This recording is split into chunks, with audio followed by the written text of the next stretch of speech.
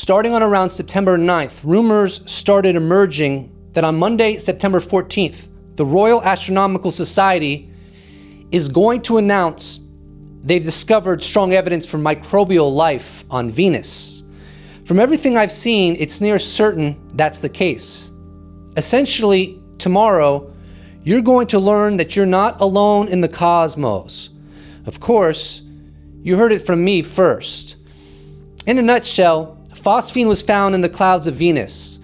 According to scientists' best knowledge, there are only two ways to produce this substance, either artificially in a lab or from certain kinds of microbes that live in oxygen-free environments.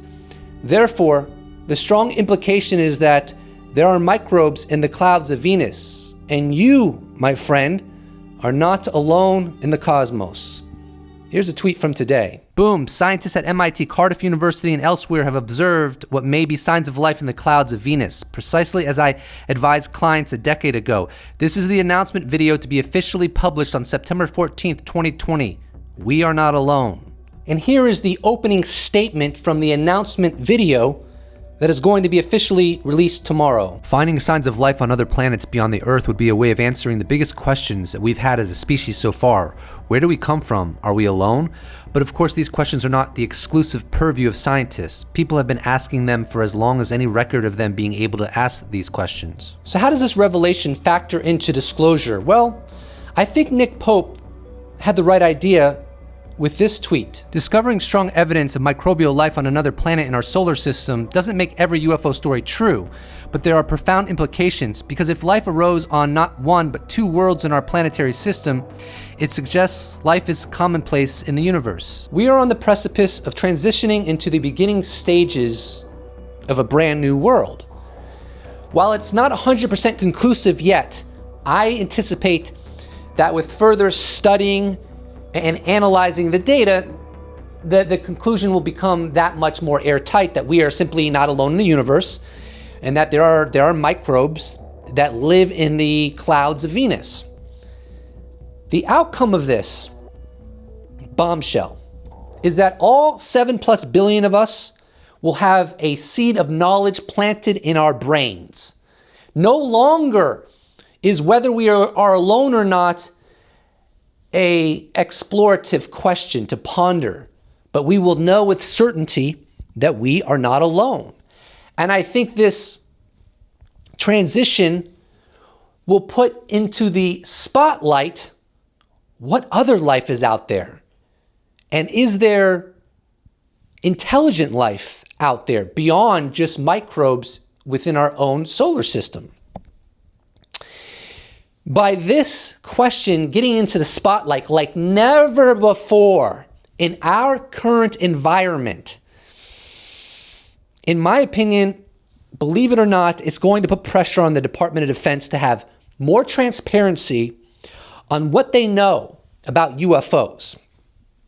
Because if the whole world is on fire, and in particular the scientific community, jubilant that we've found mere microbes in the clouds of Venus, it becomes, shall we say, more ridiculous if it is true that the Department of Defense has smoking gun evidence that there are machines in our own atmosphere and seas that are from another world. It's ridiculous. And recently, it came out in the New York Times that the US government may indeed have recovered material or even completely intact vehicle or vehicles that stem from another world. So consider the juxtaposition. Groundbreaking revelation, there's microbes in the clouds of Venus, everyone's on fire about it, and yet we continue to be in the dark about something much more profound than that.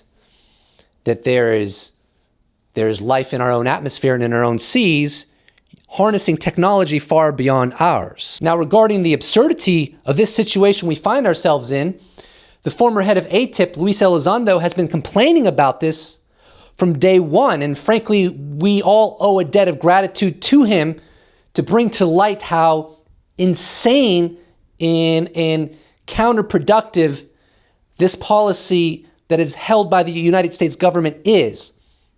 Here's what he had to say about it back in February of 2018. I'm trying to allow our country to have a conversation.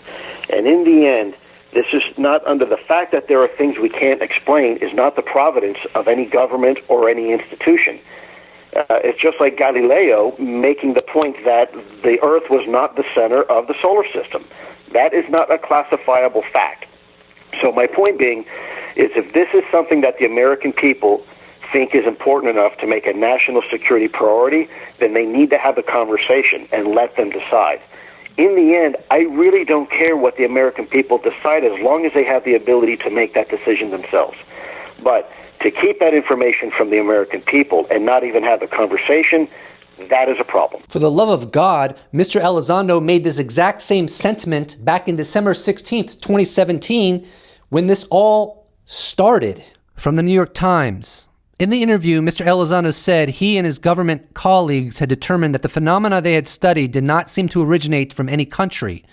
Quote, "That fact is not something any government or institution should classify in order to keep secret from the people," he said. So in the year 2020, as we collectively descend into the pits of hell, the universe has determined that our civilization would recognize that we are not alone in the cosmos, albeit with the revelation that there are microbes in the clouds of Venus.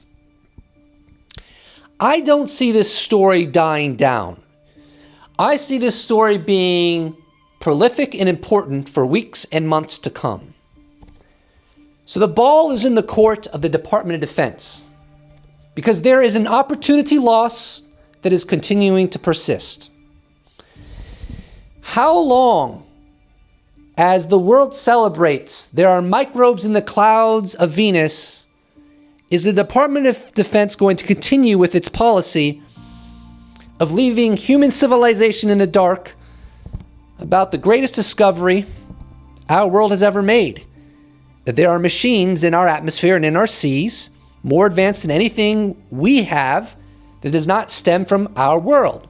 Well, that's a question the Department of Defense is going to have to wrestle with from now and until they decide to be rational, to be reasonable, and to break it open so that the world can also partake in this reality. And as Elizondo has said, have that conversation. The American people have a right to know and a right to have the conversation. And equally, other people from other nations have a right to know and to have that conversation. Because remember, this is a global issue. These machines that are well beyond the capabilities of anything in any military inventory in the world, they don't see borders, right? They're all over the place. They fly into wherever they want to go, whenever they want to, with impunity all around the world, including, mind you, installations that house intercontinental ballistic missiles. The 70-plus year policy that the United States has had in determining to withhold information to the American people and ultimately to the world that we're not only are we not alone, but there is amazing technology that exists and that traverses our skies and seas, I think has had a good run. And I think it's about time that we move beyond that finally. Because again, there's an opportunity loss. There is much to be gained by our scientists and our engineers knowing that such technology exists. In a recent interview with Steve Justice, he said, sometimes all you need to know is that it can be done. And that will be the catalyst for greater innovations. So, Department of Defense, when are you going to make the decision that humanity is ready to make those innovations so that the quality of life on this planet improves, not only for us, but for future generations? I look forward to it. Special thanks to all my patrons and members who made this video possible. And consider slapping a like on this bad boy, and I appreciate your help as well. See you next time.